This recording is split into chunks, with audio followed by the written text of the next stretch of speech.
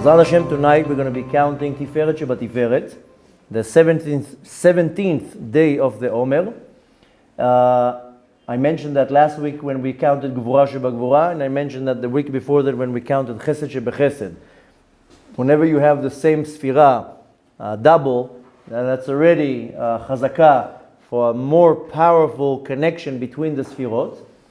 And we spoke yesterday and the day before the Tiferet. The way we're going to learn it now, there are many ways to interpret Tiferet. Right now we're talking about the Tiferet is beauty.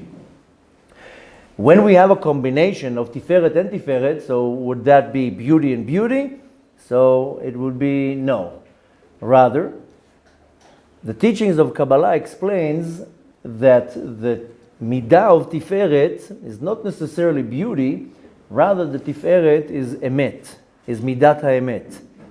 And where do we see that? Because we know that Yaakov Avinu was rooted in Sfirat Tiferet. And what does the prophet Micha say about Yaakov? Titen emet leYaakov. That the midah of emet was given to Yaakov. This can be found in the book of Micha, chapter 7. And this is a very pretty famous verse that we read, chapter 7, verse 20. In the book of Micha, where it says, Titen emet leYaakov, meaning you give the midah of emet to Yaakov. But we know that Yaakov is Tiferet. So, the teachings of Kabbalah will explain to you that Tiferet is not necessarily beauty, rather, it's midat haemet. So when we have Tiferet Sheba Tiferet, then we see a nice combination. Either it can be truth that is beauty, or the beauty that it's truth. So either way you're looking at it, it can be as follows. Tiferet Sheba Tiferet can be, I'll say it in Hebrew and then we'll translate. Yofi hi haemet. Beauty is the truth. But you can switch it around and say, no. The truth, that is beauty. This is the Yofi, the real beauty in creation. So I explained that, I don't know if often enough, everything has a soul. Not only my body has a soul. Everything has a soul. The teachings of Kabbalah explains that everything in creation will have not only a neshama, will have a nefesh and a ruach. So according to the Ari HaKadosh, he explains in many different places that even inanimates, they have a soul. A rock can have a nefesh and a ruach and a neshama, but not more than that. Only a Jew will have above that already what's called yichida and a chaya. Or the right order, if you're going from above to below, will be chaya and then yichida. But nevertheless, animals will have a nefesh and a ruach, inanimates will have a nefesh and a ruach. Everything has a neshama, and even something spiritual also has a neshama. So the teachings of Kabbalah explains that even the midot, they have a neshama. What it means a neshama? It means a spiritual power that enlivens them. This is the easiest way to explain it, especially when we want to keep these shiurim, these classes short. The teachings of Kabbalah explain that the soul, the neshama of the Sfira of Tiferet, is the Sfira that is called Da'at. So we have 10 Sfirot. We spoke about it this morning. There's two approaches about the Sfirot between the Ramak and the Arizal, Rabbi Moshe Cordovero and Rabbi Yitzchak Luria. I explained that a few times already. But nevertheless, both will agree that the neshama of Midat HaTiferet is the Sfira that is called Da'at, because everything is included one inside the other. I spoke many times when I explained, especially in the Zohar classes, that everything is included in everything. So even when you have the 10 Sfirot, every Sfira will be included in it 10 Sfirot. And I mentioned a few times that when we were going through the structure of the soul, I have mentioned that the neshama, our soul, has 125 levels. Why 125? Because we know of nefesh, ruach, neshama, chaya, yechida, 5 levels, but nevertheless each one of them is included in 5, and each one of them is included in 5. Which will make the lowest of all nefesh, the nefesh, the nefesh, and the highest of all yechida sheba yechida sheba yechida, totaling 125 levels of the neshama. What does it mean levels? Not necessarily if you're imagining it in levels like steps. You can imagine it more like an onion that has a layer, and another layer, and another layer. What are these layers? Spiritually speaking, it's another level how the neshama can get a greater capacity of a godly revelation. So it's not necessarily in height, and definitely not necessarily in width. I would more express it as a more capacity. And that's why now, before Mashiach comes, technology is very accessible, not to make my life easy, for me to start relating with godly terms. So now you buy a new phone, they will tell you, do you want a 12 gigabyte phone or a 24 gigabyte phone? I'm sorry that I don't know the sizes. I know it's not 12 and 24. Some people tell me, 24, there's no such a phone. So whatever it is, 16, 32, 50 something, whatever, it's totally irrelevant. But the phone looks the same like the other phone. How come this one has 64 gigabytes and this one has 12? Because the capacity is different. You can look at it in the same way in a computer, in a memory card, whatever it is.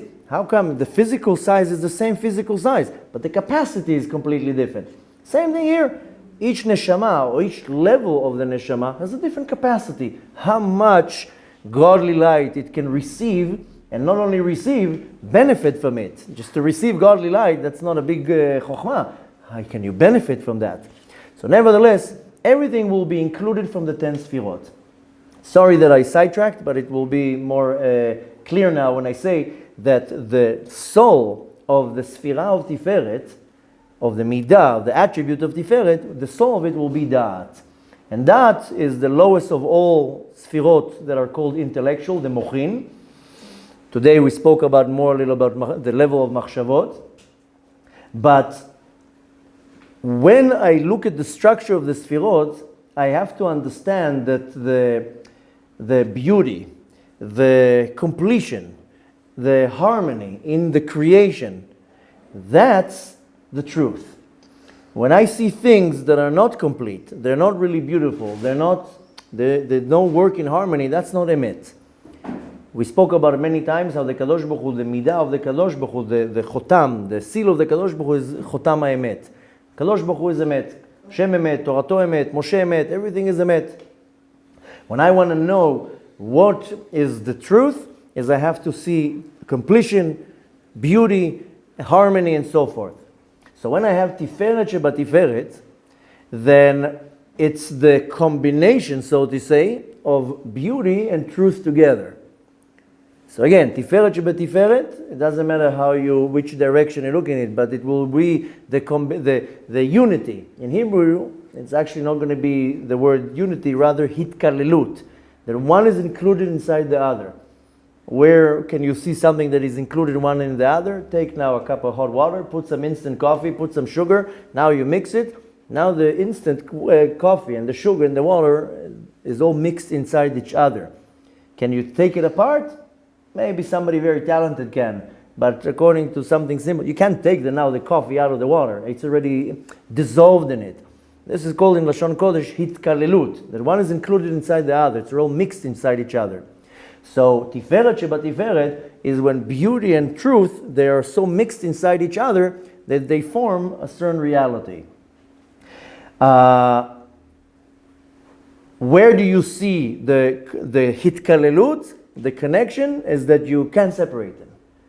And again, the analogy that I give is a cup of coffee, of instant coffee. You mix the water and the coffee and the sugar and the milk. You can't separate it. Are you going to come with some sophisticated device to pull the milk out? So this is, again, the Tiferet Sheba Tiferet is the connection between the beauty and truth, and they can be separated at this point. So again, going back, we always like looking for a reference in the Torah. The Torah is our reference for everything. Where is the Torah referencing this hitkalelut, this combination? Again, with Yaakov Avinu. Yaakov Avinu, in one way, was a very handsome man. That's what the Midrash says, that he was as gorgeous and handsome as Adam HaRishon. Bechlal, we know that Adam HaRishon was very, very beautiful, symmetric, everything. Why?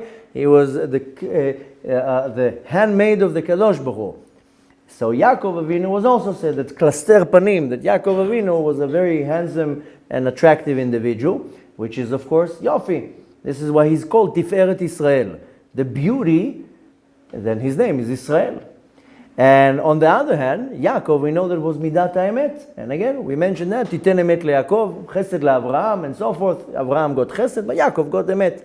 So we have a figure in the Torah that is holding both the beauty and the emet combined together.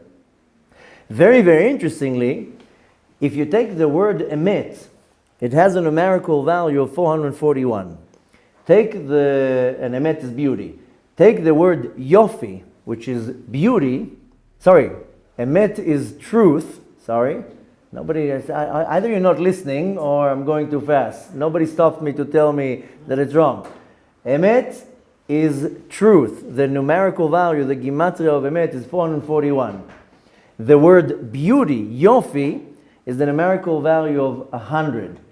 Put 441 and 100 together. I said emet, truth, and beauty. Put them together. What do you get? 541. What's the numerical value of 541? This you should know. It's a very simple one. The word Israel. And Israel is Yaakov Avinu. His name, his exalted name, is Israel. Yaakov, it means Yud Akev. He's the lower part, the Madriga, the lower level, but he's still holding the Yud of the Yud Kei Vav Kei. But Israel, that's already a higher level, a higher Madriga. But nevertheless, so Emet and Yofi, beauty and truth combined together, brings you the Midah of Yaakov Avinu, who his name was Israel, same numerical value, 541. Check it at home, don't calculate it now. Trust me. So, what is the connection between beauty and Israel? Because we just saw a beautiful connection. You take the name beauty and emet and put it together and it's connected to Israel. So we learned yesterday and the day before that beauty is not necessarily something physical. We spoke about it yesterday and the day before when I was asking, should I be attracted to beauty? Because we're all attracted to beauty. It's built in us. And I said, one person will be attracted to a beautiful car. Another person will be attracted to a beautiful piece of jewelry. Another person will be attracted to a beautiful piece of art. But we're all attracted to beauty.